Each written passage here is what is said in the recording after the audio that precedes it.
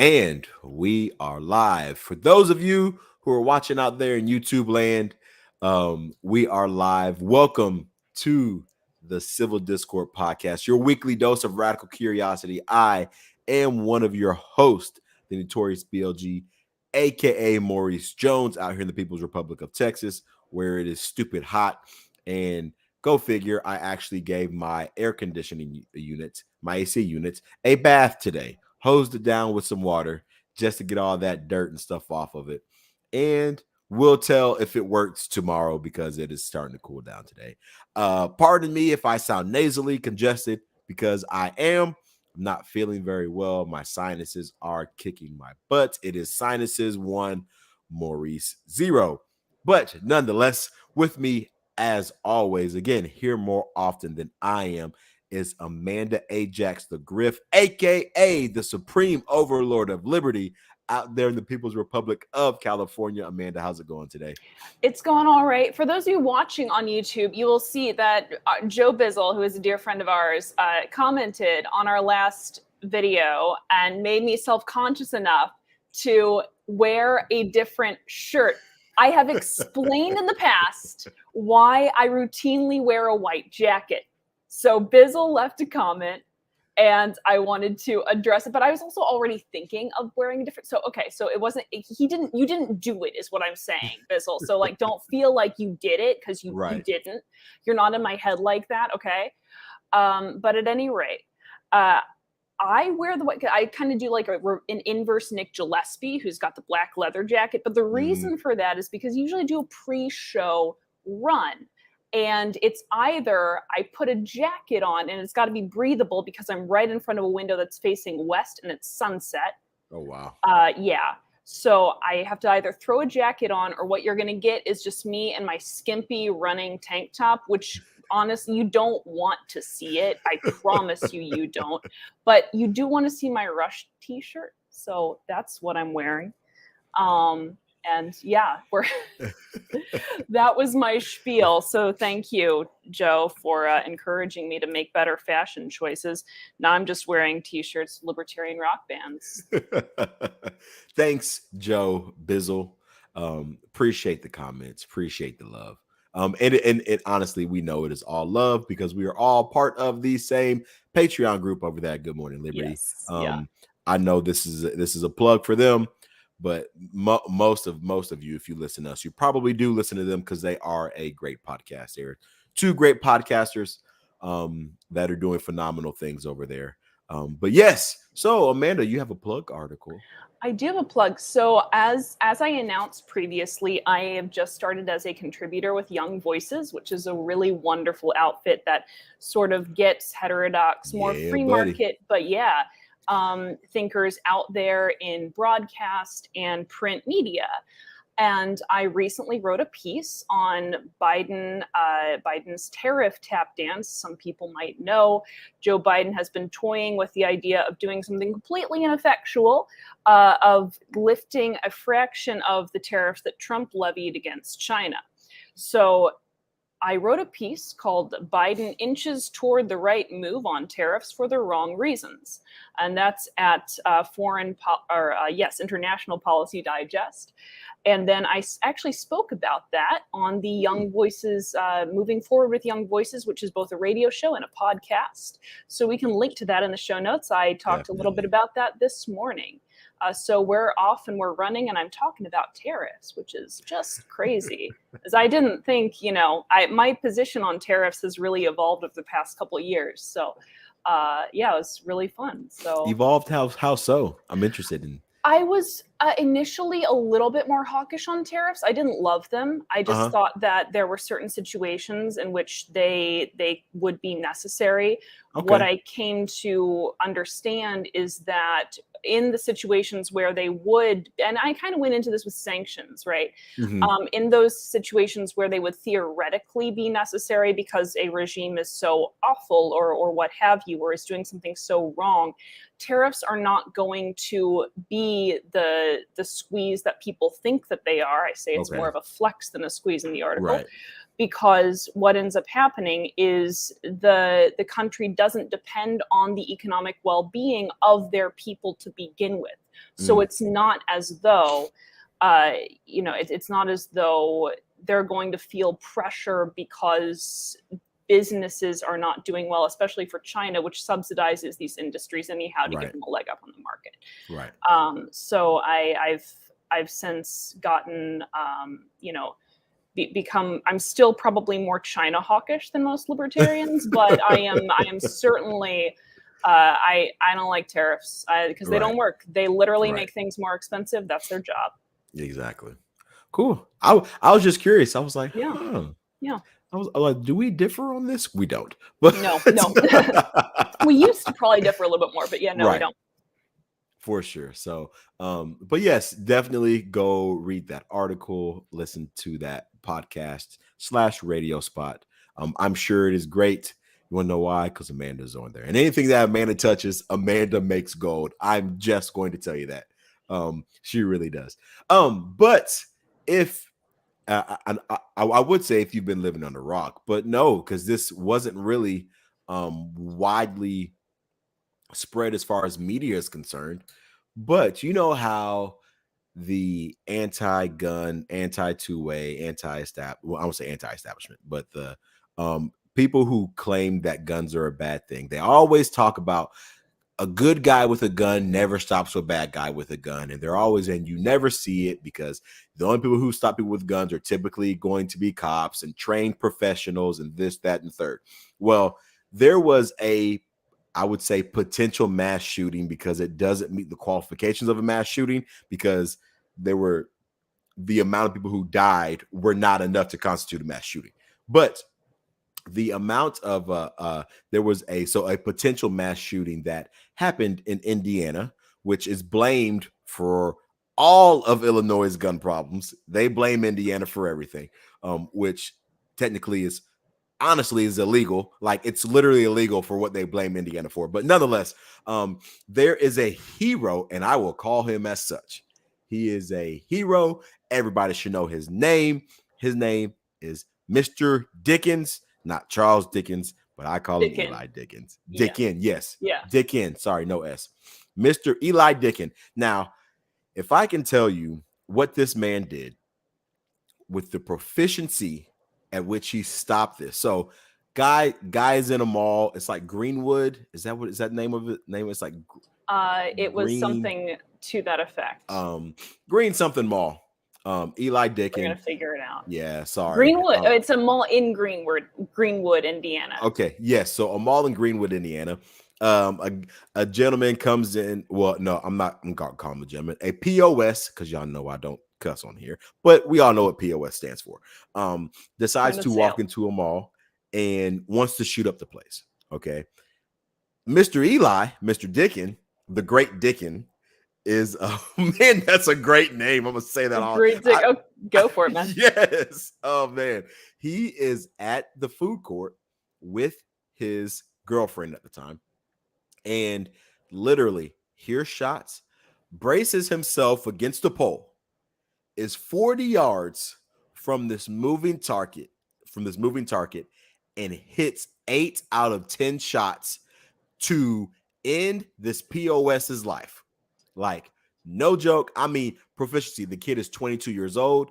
Indiana recently, which is I think the biggest key in all of this is Indiana recently just passed they call it constitutional carry. It's either constitutional carry or right to carry, to where you no longer or permitless carry. So you don't have to have a concealed carry permit to concealed handgun permit to actually carry in Indiana, which if that law was still in effect, I don't know if Mr. Dickin would have followed that particular law or not. But if he did, this could have been far worse than what it actually was. So the young man, 22 years old, no military background, no police, no police background, no law enforcement background, any of that, at least that's been known of, stands 40 yards from this man, hits him 8 out of 10 times, hits him 8 out of 10 shots, and kills the man dead. Like, phenomenal. Great story. I absolutely love it. I rave over it every single day because it's a great thing. Like it is good news. One, because a POS is off the street. Like, let's be real. I do not care if you come and you try to do bad things, people, and they end your life. You deserve every single bit of that. So, and then secondly, like this young man, and because he is, I mean, he's fairly young. I mean, Oh, 22 he's years very old. young. Yeah. Yeah, literally like ended something that could have been far worse than what it actually was. You know, unfortunately, some people did lose their lives, but he stopped a mass shooter. And I guarantee you do not like this was not, I didn't get an, I'm gonna tell you, I didn't get an Apple News podcast update on my phone. I didn't get anything from CNN or MSNBC or whatnot. I didn't get, I didn't get anything from Fox either. I found out why, because I'm in a bunch of like gun forums. So that's how I found out. Like I don't hear a lot of mainstream of corporate media talking about this because this doesn't really fit the narrative of, oh my gosh, guns are a bad thing. You know, only police officers, military, nobody needs a firearm. What are you doing?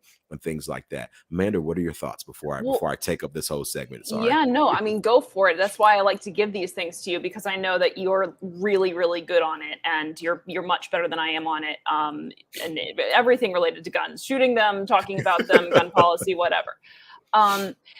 Yeah, what's interesting is when the story is reported on, great use of the passive voice and ending a clause with a preposition.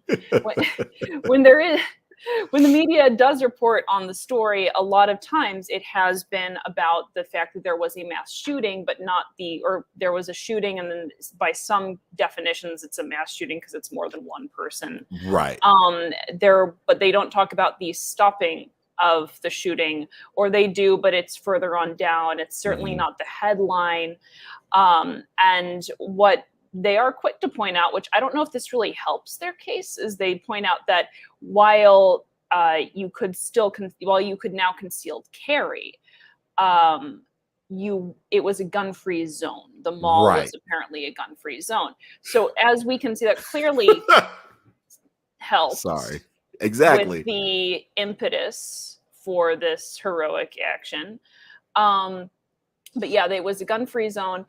I think that it's, you know, it's not dishonest reporting, right? Because there was a shooting, people lost their lives, but it is hiding the ball a little bit and a lot of the heroism and the heroic actions are getting swept under the rug.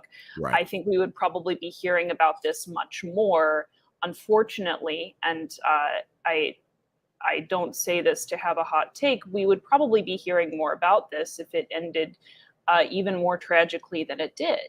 This is not even a question, not even a hot take, like for real. And to some degree that might be fair, right? Because it'd be more of a story. Right.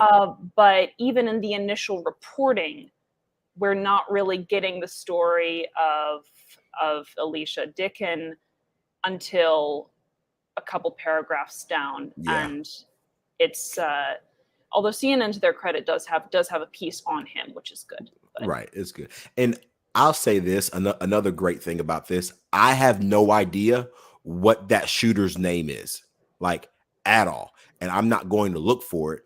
But every other situation, if this was a bigger story, I guarantee you would know the name of the shooter and wouldn't know the name of anybody else. Like, it is, I think part of the reason is like these people who do this are already they're crazy. Like they're you're already an evil person for you to go in and do something like this, and for them to seek glory in, hey, everybody's going to know my name, like because of what I'm going to do. And so that is one thing that I am happy. I really don't know what this POS's name is.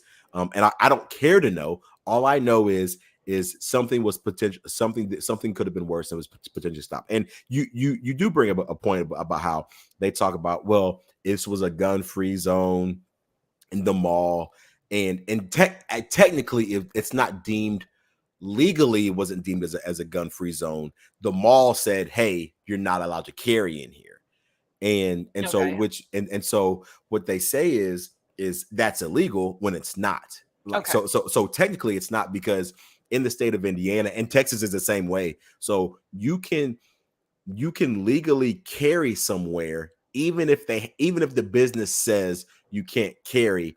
When you break the law, it's actually when, if they realize that you're carrying and they ask you to leave and you refuse to leave, Okay. Yeah. that is now when you're deemed as trespassing and so forth. So that is where the breaking of the law actually starts. And it's and Texas is the same way. Not a lot of people know that, because I mean that's not people think that businesses actually make the law, when it's just like, no, like this is your policy in your store, and just because your store says you can't, just because my store says, hey, we don't want you carrying or whatnot, they have to ask you to leave and then you move on. Which is now where you're breaking the point. And I watched a clip on The View, and they were talking about how this guy got lucky because he hit 8 or 10 shots, and that's not luck. It's right. Like, look, eight out of 10 shots is not luck. A luck shot would have been 40 yards out. I shoot you in the head one time and I miss the other 9 times. That's luck. This dude is proficient. Like, for you to hit a moving target 40 yards away, for those people who don't know what 40 yards is 120 feet. Like, you're talking nearly half a football field of hitting a moving target of a man of a POS who was not very big. Like, he's not a big guy. He's probably about as big as my pinky. Like, when I look at pictures, like, he's not a big guy. And so for you to be able to hit a target from that far away at 40 yards is somebody who trains on a regular basis, somebody who is actively doing things and who is aware. He even said the I think it was the sheriff or the police officers, whoever were doing the reporting on it. They said as he was had his target in sight, he's waving people to get behind him because he is the one moving forward and he wants to get them to safety. Like, these are things that people talk about and that people do, and people make fun of other people for doing this. Like, what do you train like this for? Like, when are you ever going to do this? Why do you carry a firearm in these places? And I look at this and I say, this is the exact reason why. Because this gentleman right here, this young man, this great Mr. Dickin, did exactly what I wish I would have done in that situation. You know, if I'm sitting there and I'm hanging on to my wife, my first thought is, hey, wife, get out. I'm heading this way. Brace myself on the pole. You know, give me my kid was the opposite of a copy. Exactly. You know, so it's you know, I brace myself against the pole and I go forward and say, like, okay, hey, I'm going to stop something because I know something is going to happen if I don't act. And he had a handgun versus a guy who had AR style rifles. Like, I don't know what kind of rifle the kid had. Like, I don't. So, but great story, Mr. Dickin. You are a hero. In my book, you will go down as hero. I will plaster your name everywhere because I want everybody to know about you.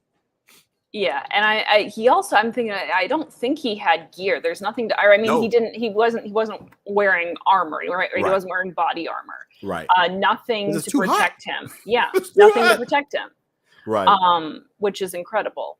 Exactly.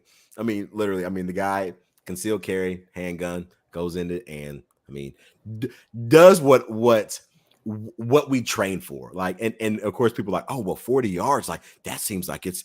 Now, I mean, it is not easy because adrenaline is pumping and so forth, and you're just like, oh my God, you're in the heat of the moment. But people train at with a handgun, 40 yards, 50 yards, 100 yards, 120 yards, you know, out for these very reasons. Because most of the time when you're engaging with somebody, it's never really going to be up close. And if it's up close, you're going to do more.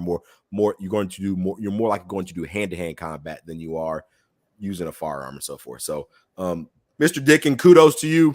If I had a drink, I've got water right here. Kudos to you.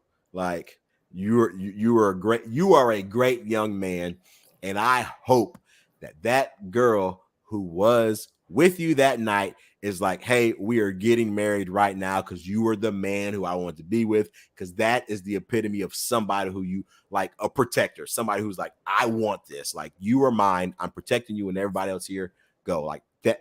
Whew, that is exactly what cops should do. And I don't knock a whole lot of cops. My dad is retired from the police department. He works for the school district and so forth. But coming off the hills of Uvalde, like it shows the difference in people and how they and how people, civilians, actually respond versus other people who don't train as much. So but yeah, but enough about, I won't say enough about that, because again, I'm going to go on and go on and go on. But this just out. Excuse me. You may think that we're in a recession, but maybe we're not. I don't know. Maybe we're not. Who cares what most people think and what's happening? Don't believe what's actually happening. But there's something that just came out with CNBC that says, here's how to know if we're really in a recession and we're not. Just because we have 2 negative quarters of growth as far as GDP doesn't necessarily mean that we're in a recession. Okay. I didn't hear this much nitpicking about the technical definition of pandemic. Right. When we had a 2-month pandemic. Exactly. Which they had to redefine what a pandemic was, because we couldn't just have a 2-month pandemic. So this is a quote from a Biden economic advisor. 2 negative quarters of GDP growth is not the technical definition of recession. You know what? He is right. The technical definition of recession is, in fact, much more vague. It's basically bad economy. Exactly. And economists have said, well, how do we measure this bad? This is a 2 negative quarters of GDP growth, which we're now getting there. So recessions are already a lagging indicator. But he's right. I mean, but that doesn't help him. I don't think this is the line that you want to walk, my friend. Because if we look at the technical definition of recession, we realize we've been in a recession for a very, very, very long time. And they teased this a couple of days ago. I heard like the Karine Jean-Pierre, the press secretary, talking about this. And I thought, they're not really going to try and redefine recession, are they? Like, we did pandemic, we did genocide, we did white supremacy, we did it.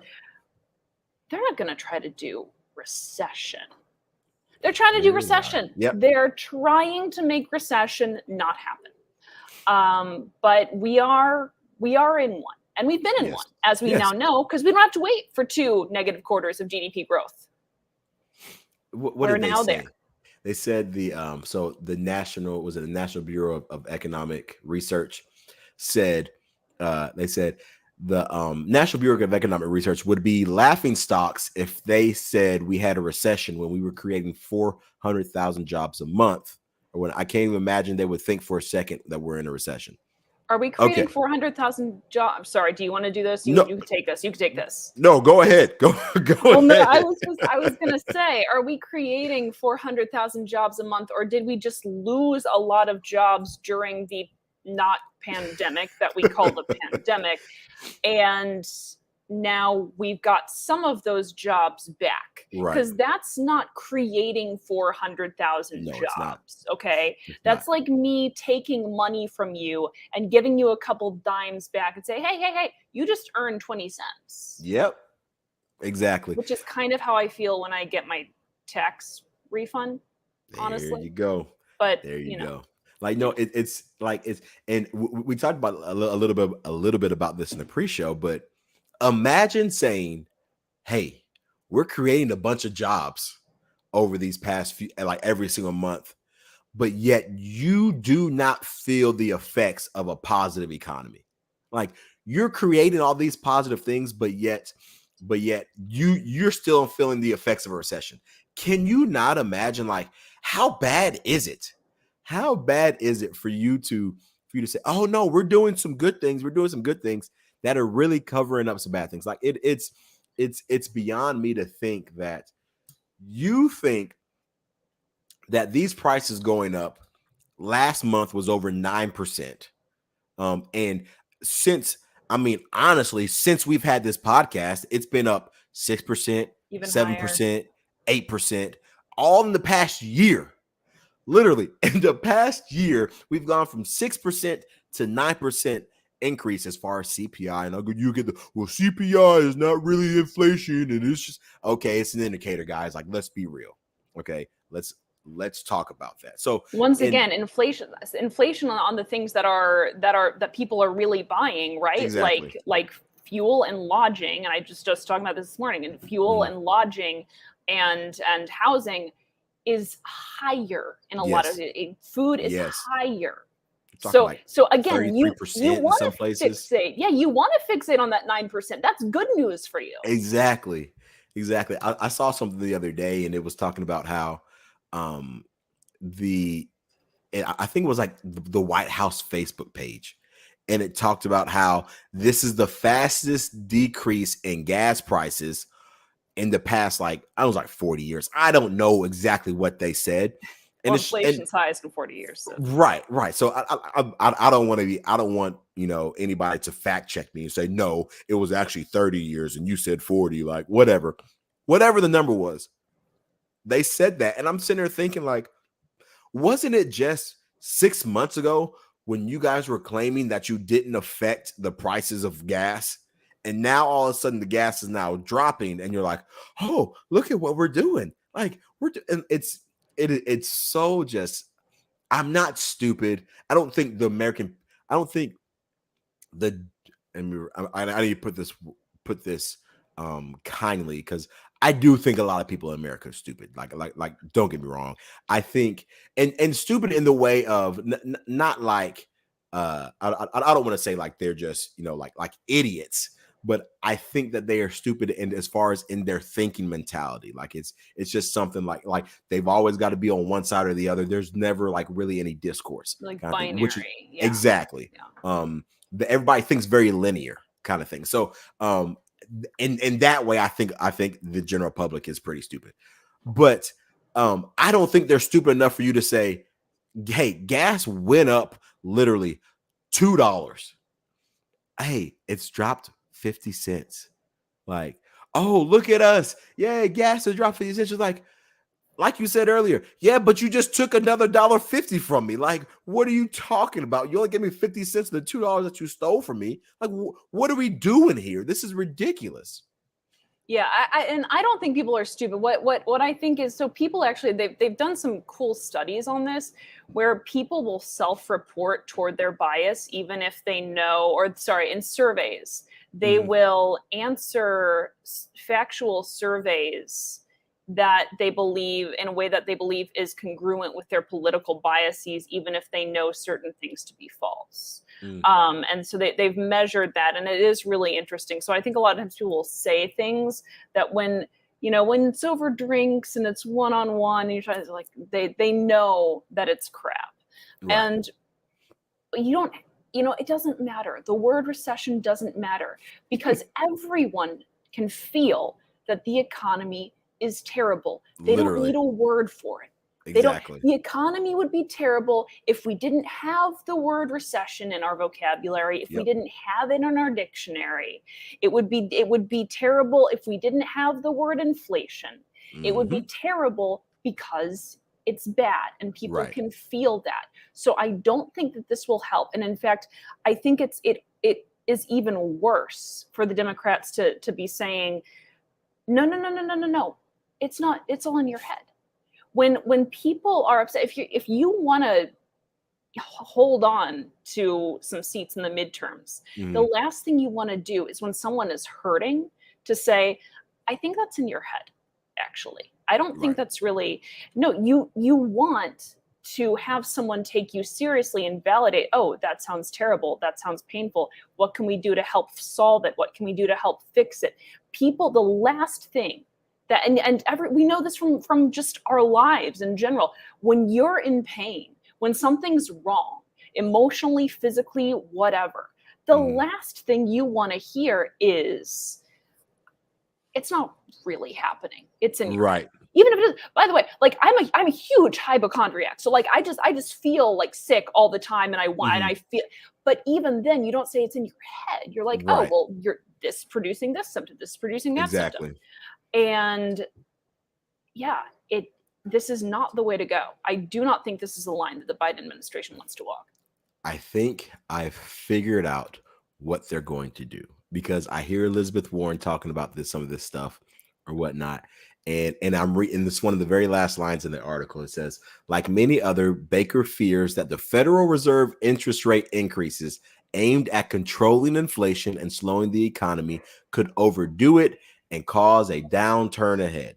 So they are trying to literally blame, they're going to blame this on the Fed, which, I mean, they are to blame. I mean, yes, we should, because but this started in 2009. exactly, really. like they are to blame. I'm not going to say that they're not, but to sit here and say that they are the reasons why we're going to make this worse and not look at specific things that have been done over the past couple of years, that is asinine to me. And it just shows how people truly are economically illiterate. Like, it really does. I mean, because Amanda and I have talked about this on this show before. I want the interest rates to rise. Like, I want them to figure out a way to create all this, because I want there to be less supply in less money supply. And when we talk about supply and demand, I'm not talking, it's not a fixed pie, people, but I feel like most of our listeners know what I'm talking about. I want the supply of dollars in the economy to be lessened, because I do not want my dollar to be devalued every single time that I wake up in the morning. Like, that is literally what you want to happen. And I mean, and I saw a TikTok, there's like, oh, well, raising the interest rates is bad for the economy, because then you get businesses who don't want to they're not going to reinvest the money and this, that, and the third, because that's how it works. It's just like, no, that's not how. Jobs aren't going to be created because people don't want to invest. No, that's not how. Not how that necessarily works. Want sources of growth. You want sources of appreciation. Right. It's a good time to invest. A lot of people don't have the expendable income to be doing it, but I mean, I'm dollar cost averaging a little bit into crypto every month, teeny tiny bit. It is crazy. It is crazy. And I've literally learned that I look back on my high school and I'm like, I know I dog public education and I dog like that system that it is, even though I am a public educator. Like, I know this and I dog the system, but it allows me to look back and thank God that I have had some teachers who truly caused me to open my eyes and ask questions. I had a great history teacher who taught me everything that I'm like, I'm surprised people don't even know. I had a great economics teacher who literally taught me the difference between Keynesian, Chicago style, Austrian economics, like all of that. And I'm looking back like, oh my gosh, like this was great. Like, okay. And then, I mean, and all in one semester, we discussed monetary policy and how, I mean, just all kinds of things. And then I had a government teacher, go figure, a government teacher when Maurice's an ANCAP. I had a government teacher who literally taught me to question everything and said, just because you think you're right doesn't mean that you are. And Mr. Dobb, Mrs. Brown, and Coach Walker, if you guys ever listen to this, just know that you guys have had some of the biggest impacts on me in my entire career. And trust me, I was not sleeping in your classes. I truly did listen. That's why I made A's, and I appreciate you guys. So that is my shout out to public education. You guys are great. There we go. I am a product of it. I really am a product of it. I'm a product of both public and private. I was in private high school, and it was fantastic, but it was a private high school. So I can't stand for the public education system like you can. But Most of what I learned about this is not a joke. Basically, what I know about monetary and financial policy, which is now like an area of writing and reporting for me, I learned on the job at a think tank. And it was fantastic. I learned from the best because I was learning from amazing, brilliant scholars. Right. But I learned it by working on pieces about it and helping to coordinate events on it. And I learned by doing. So that's how I got that's how I cut my teeth. Good. I was trying to think of that cliche. That's a weird cliche. I cut my teeth on it. Yep. So Biden's climate emergency. Anytime I hear a politician in emergency right after it, I'm just like, oh, it's literally just an eye roll. Like, here we go again. And mainly because I'm exhausted. I'm exhausted about all these emergency powers that people have had over the past 2.5 years. 2.25 years, if you want me to be specific. So it is just utterly ridiculous. Golly. Go ahead. No, it was just a very conflicted character in a novel that I enjoy. Once said, in a crisis, and politics is one permanent crisis, those in power could always declare a state of emergency to justify exceptional measures.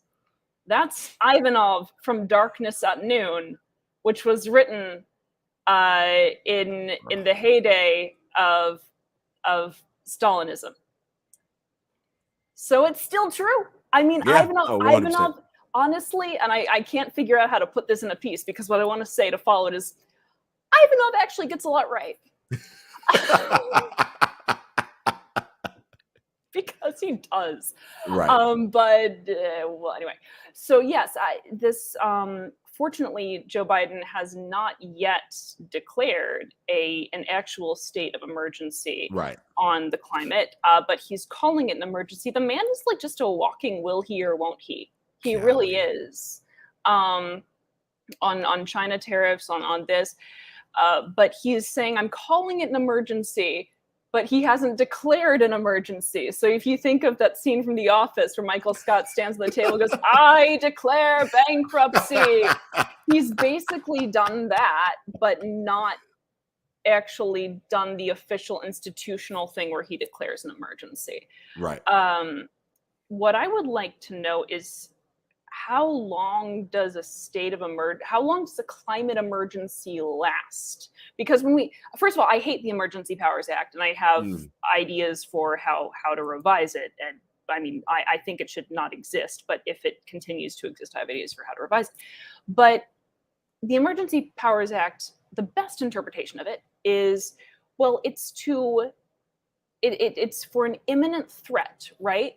And if the president needs to act and do something because, where the nukes are coming or whatever, then we declare a state of emergency. Or if there's something truly awful that's going on. Climate emergency, first of all, it's an international event. So we've got a comment that says, let's let the people in charge decide whenever we have a crisis and get emergency powers. What's the worst that could happen? The worst that could happen is California, where Gavin with the good hair still has a state of emergency. I was going to ask, has he ever given? No, he hasn't. And that's what is allowing unelected bureaucrats to make legislation. Yeah. So what Joe Biden is doing is he's announcing various measures that are again a lot of virtue signaling to help the climate state of emergency without once again actually thinking things through, without once again actually taking account of how will these policies bear out down the road? You know, if we're mandating electric vehicles, or we're mandating this and that, or if we have goals for electric cars that are either legislative or just, you know, cultural, we want people to be driving electric, well, then maybe the batteries in the electric cars shouldn't use rare earth metals from the worst CO2 polluting country in Right. the world. I mean, go figure. Yeah. That So like there I are, just yeah, no, go for it. no, and even on the electric vehicles aspect, like people are already going that route. Like you're going that route even when you're not being forced to. Now I know I don't was it Gavin with the good hair, or I know it was somebody in that state just talked about how in the next like 10 years like they're going to be phasing out uh Yeah. like it's like phasing out Non-electric. non-electric vehicles, so everybody is going to have one. Like people are already doing this prior to you actually saying this. Like the government is a lagging indicator when it comes to how the market moves. You It's want a to come lagging in and say innovator. Yeah. very much so. I mean, talk about the lack of innovation. They literally, I mean, Elon Musk goes to space on pennies on a dollar for what it costs, you know, actual NASA to do. And granted, I got a buddy who works for NASA. He's a cool dude, love him to death or whatnot. But and he loves what he does, but he is very much like yeah, SpaceX is completely more efficient in things that they do than we are. I like the pictures that NASA takes, but Yes, I do too. the telescope's great. We should note that it cost so much money that it And didn't it's need to huge. cost, that it would not have cost if it were made privately. But great Exactly. pictures, doing great. So very photogenic Right. universe we've got. Right. And so like people have I mean, we act like Tesla has only been around for a few years. Like Teslas have been around for a hot minute. You know, the way that they do things, the way that I mean, bless you. We Sorry. go from I like we're in person. Like Yeah. hybrid cars have been around for a long time. I know they've gone to EcoBoost. They car manufacturers have done what they can to say, oh, hey, you know what? We do have a lot of cars that are on the road. Let's start making our vehicles a little bit more fuel efficient in this manner. People, trucks are now no longer coming V8s. Like, like the standard engine for a truck is a V6. Ford has done it. I think the last major manufacturer to do it is Dodge, and they're still on V8s. But you can get a V6 in a Dodge Ram. Good old Like, Dodge. I mean, and like Toyota, and I love Tundras. And this is not a shameless plug for any vehicles. Like, I love Tundras. I do. I think that I've owned trucks, and the Tundra has been the best, the smoothest ride of truck that I have ever had, and its towing capabilities and stuff is great. They now have a technology for you to be able to pull what you can with the V8 with the V6. Like, we're thinking about these things. All of this is done without government interference. All of this has been done before Biden thinking about, hey, I think Biden saying, hey, I think we're in an emergency here when it comes to climate. All of this stuff happens prior to you saying something and getting up there and being a babbling fool. Like, this stuff just happens. And for us to sit here and ignore it and think that the government is the correct fix for all this, man, like, I'm like, what world are you living in? Like, they're not fixing anything. Car manufacturers have already started to fix issues. Okay. Now, granted, you know, the overall savings on the environment is not a whole lot. I think it's less than, what is it, like, I know it's less than 30% as far as savings on the environment. I think it's less than that when it comes, especially when it comes to those Teslas and those batteries, and how you change them out, how often you got to change them out, what do they do when you get rid of them? Like, yeah, it is rough. It is rough. Well, and then the CO2 pollution that we're getting from China. I mean, we are importing oil as well from the worst polluters. I keep on harping on this because it is so important. Why are we getting oil? Why are we begging for oil from Venezuela when their Yep. extraction methods are terrible? And not all oil is created equal, right? Nope. Some oil is dirtier, some oil is cleaner. And actually, California has pretty clean oil in various parts. But we get, from Venezuela, not only are the extraction methods worse, and worse for the environment because, again, it's not environmentally conscientious. And there's no motivation to be environmentally conscientious, is there? There's no market motivation for them to do better. Right. And then the oil itself is not as clean. And then, of course, it costs money to be importing that oil, to be paying for refining and all of that. So there are a number of things that actually the government can do. And a lot of them have to do with, if we are going to be using green energy and clean energy tech, let's make sure that the people with whom we are developing this clean energy tech are adhering to the principles and the standards that we have here. Doesn't involve tariffs, by the way. It involves having standards. It involves saying, you know what? We used to have 99% of the market cornered on rare earths, and now the CCP has 99% of the market cornered. Let's revise those IAEA regulations to make it possible to refine rare earth metals here. Let's drill for oil here.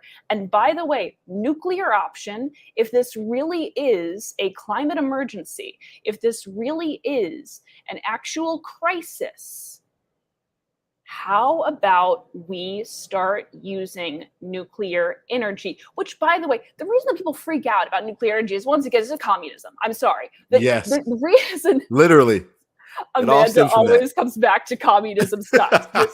Ivanov was right, but communism sucks. I don't know how I figured that out, but okay.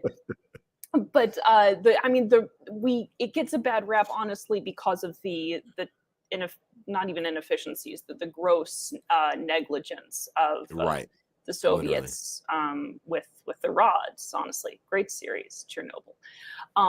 At any rate, it is. It's fantastic. It's brilliantly acted. We're just doing like a bunch of product placement. Exactly. It stars Jared Harris, who is Richard Harris's son, who's amazing. He's lovely. But at any rate, nuclear.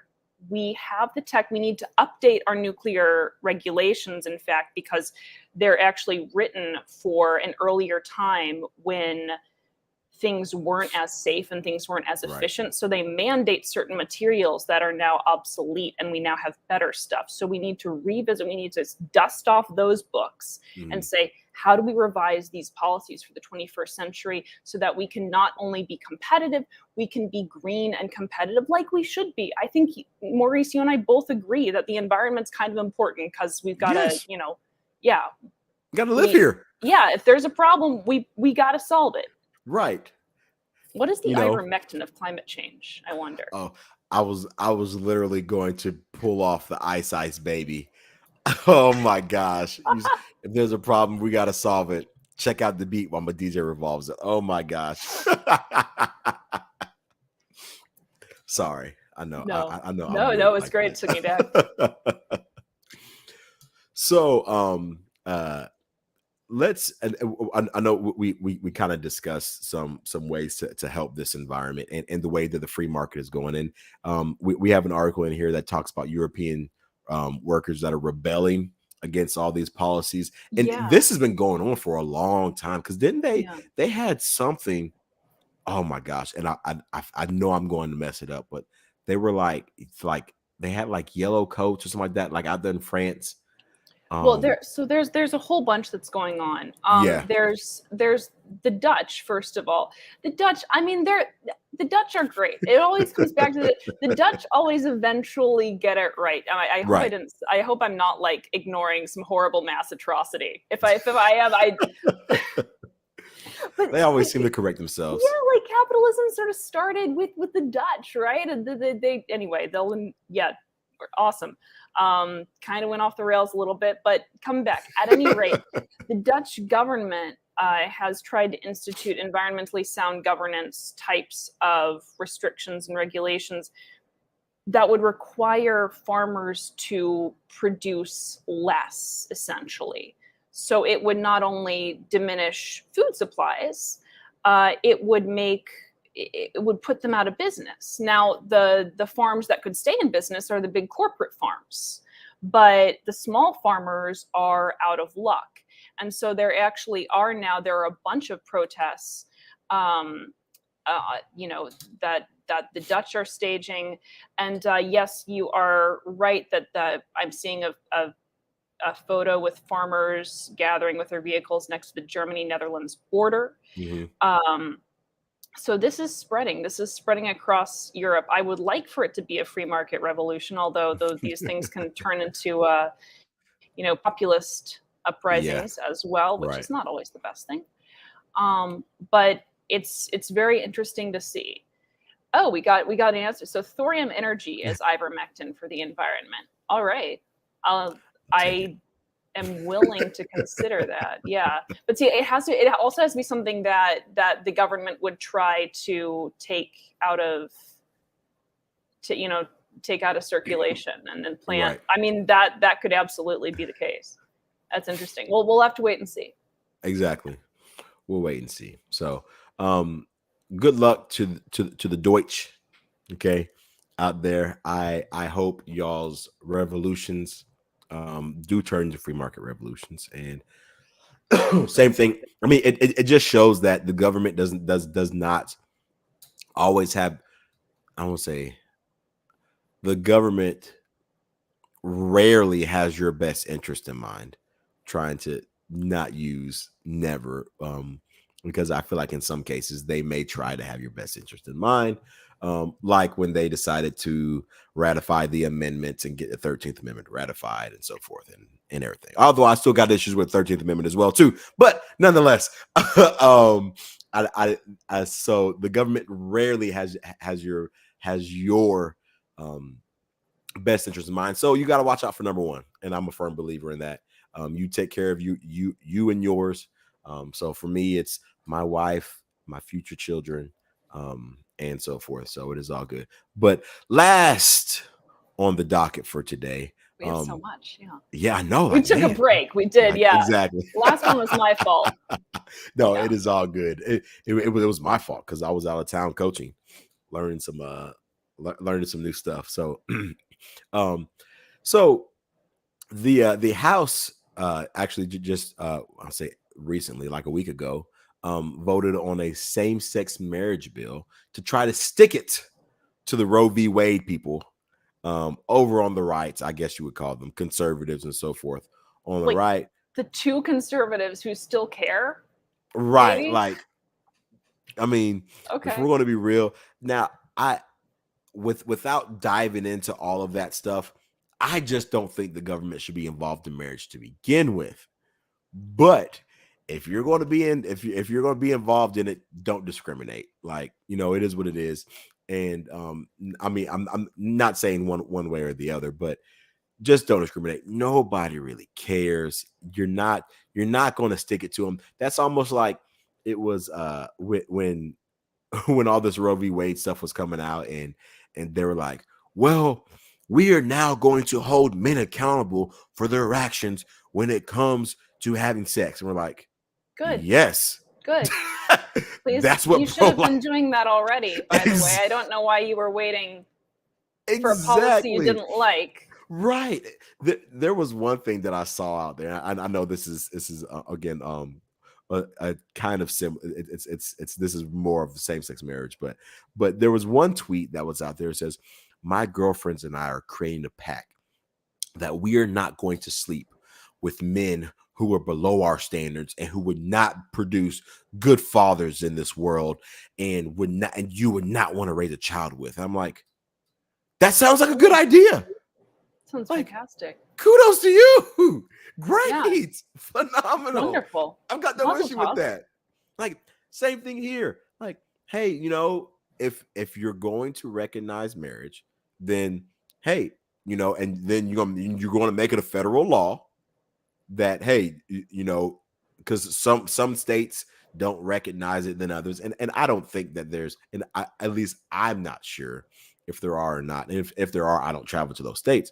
But certain states don't recognize it. And so they're like, hey, we're going to create a law to pass it to where it's going to, on a federal level, it's going to be recognized. I'm like, okay, cool. Like, Do you have fun? What I think is fantastic is this is actually, yes, Congress should be passing laws about things Exactly. that they care about.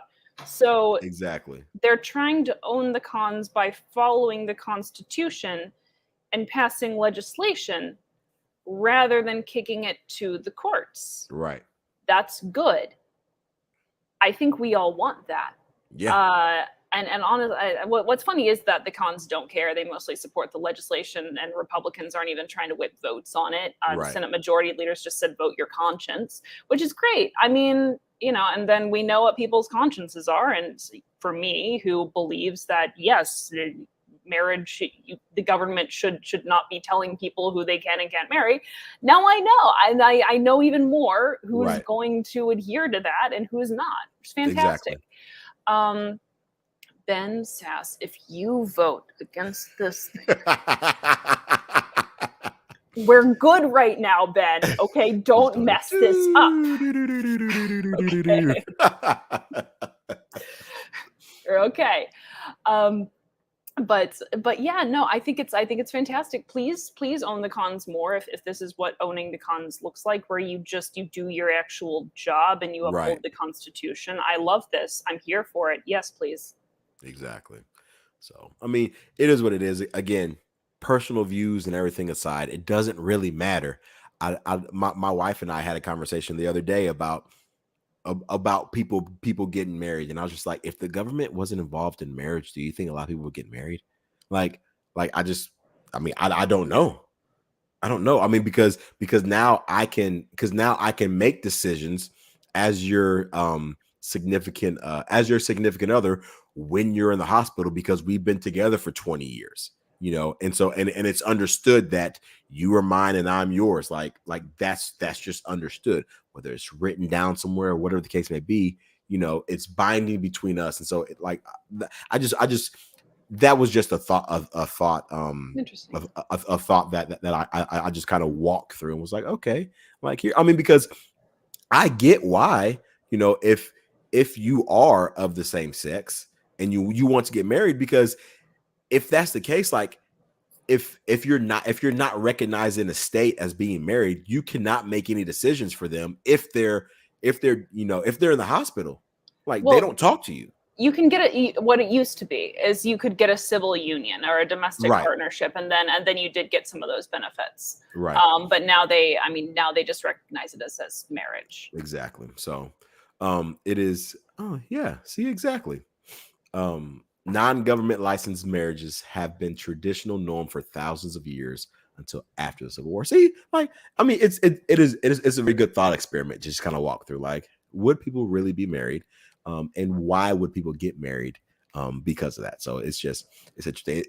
It's crazy how as soon as the government starts to put their foot in the stuff gets very muddied and clustered. And as I like to say, in my lifetime, the government has only produced one good thing, and that is Thomas Sowell.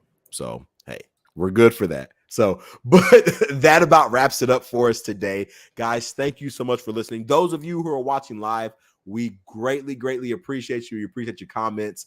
JC and Magoo, you guys are in there. We definitely appreciate your support. Thanks for watching. Again, we go live whenever we feel like going live. Usually we go live Sundays at 6. It's the summer, gang. It's the summer, right. And we've had stuff. But right. Yeah, usually it's 6. You can subscribe and get a little notification when we're going to. So you want to do that, absolutely. So go ahead, subscribe to our YouTube channel. Go to our videos, leave us a comment, like, and share. Share this with any and everybody. Share this with somebody who thinks guns are bad. Share this with somebody who thinks guns are good. And then share it with somebody who is economically illiterate. Maybe somebody from Killeen, Texas, who had Mr. Dobb as an economics teacher in high school as well, too.